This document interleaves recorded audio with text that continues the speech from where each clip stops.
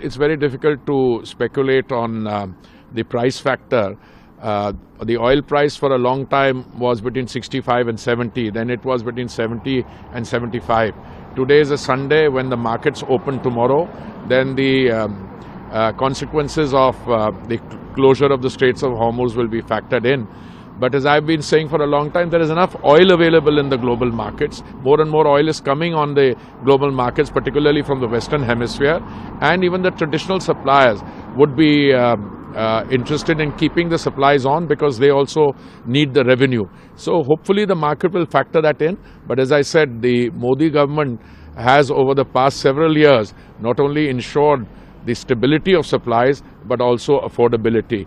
And we will take all necessary measures to ensure that. Insofar as the global situation today is concerned, the escalation of tensions in the Middle East was not entirely unexpected.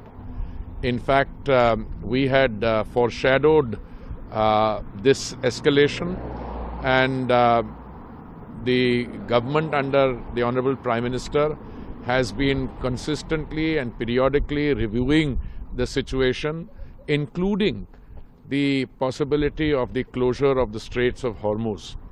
And as I have mentioned earlier, we had diversified the sources of supply, and out of the 5.5 million barrels of crude oil that India consumes daily, about 1.5 and 2 million only come through the Straits of Hormuz.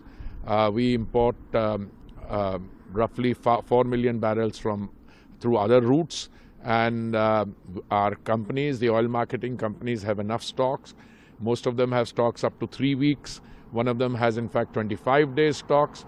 And we are also confident that we can increase the supply of crude through other routes should the situation so warrant.